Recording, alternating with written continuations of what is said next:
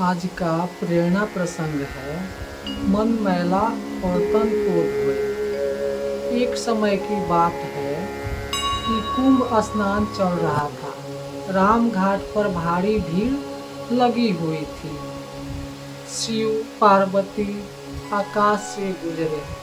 पार्वती जी ने इतनी भीड़ का कारण पूछा। आशुतोष ने कहा, कुंभ पर्व पर स्नान करने वाले स्वर्ग जाते हैं। उसी लाभ के लिए यह स्नानार्थियों की भीड़ जमा है। पार्वती का कौतूहल तो शांत हो गया, पर नया संदेह उपज पड़ा। इतने लोग स्वर्ग कहाँ पहुँच पाते हैं नाथ? भगवती ने अपना नया संदेह प्रकट किया और समाधान चाहा। भगवान शिव बोले, शरीर को गीला करना एक बात है, मन की मलिनता धोने वाला स्नान ज्यादा जरूरी है। मन को धोने वाले ही स्वर्ग जाते हैं, ऐसे लोगों को ही स्वर्ग मिलता है।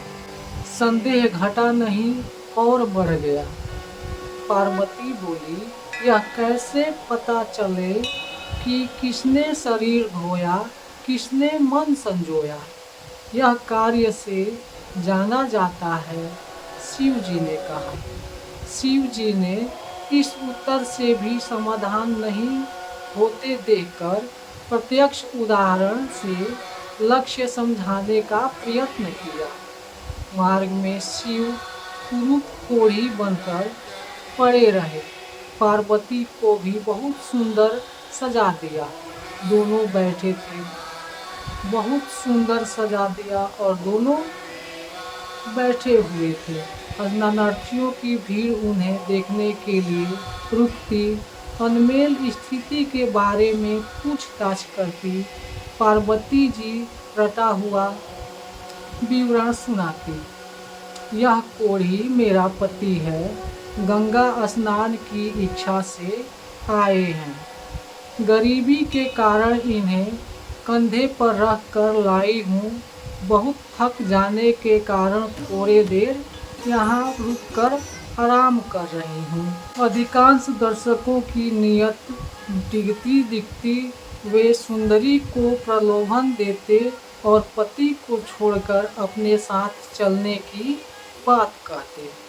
पार्वती लज्जा से गड़ गई। भला ऐसे भी लोग स्नान को आते हैं क्या? निराशा देखते ही बनती थी। संध्या हो चली। एक उदार चेता आए, विवरण सुना, आंखों में आंसू भर आए। सहायता का प्रस्ताव दिया और कोढ़ी को कंधे पर लादकर तट तक पहुंचाया। जो सत्तू साथ में लाया था उसने दोनों को बांटकर खिलाया। साथ ही सुंदरी को बार बार नमन करते हुए कहा, आप जैसी देवियां ही इस धरती की स्तंभ है। धन्य है माता आप, जो इस प्रकार अपना धर्म निभा रही है।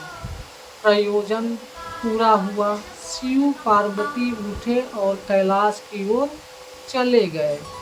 रास्ते में कहा, पार्वती, तीनों में एक ही व्यक्ति ऐसा था जिसने मन धोया और स्वर्ग का रास्ता बनाया। स्नान का महात्म्य तो सही है, पर उसके साथ मन भी धोने की शर्त लगी है। पार्वती तो समझ गई कि स्नान महात्म्य सही होते हुए भी क्यों लोग उसके पुण्य फल से वंचित रहते हैं। मन मैला और तन को धोए, तो चाहे कांटे बोए।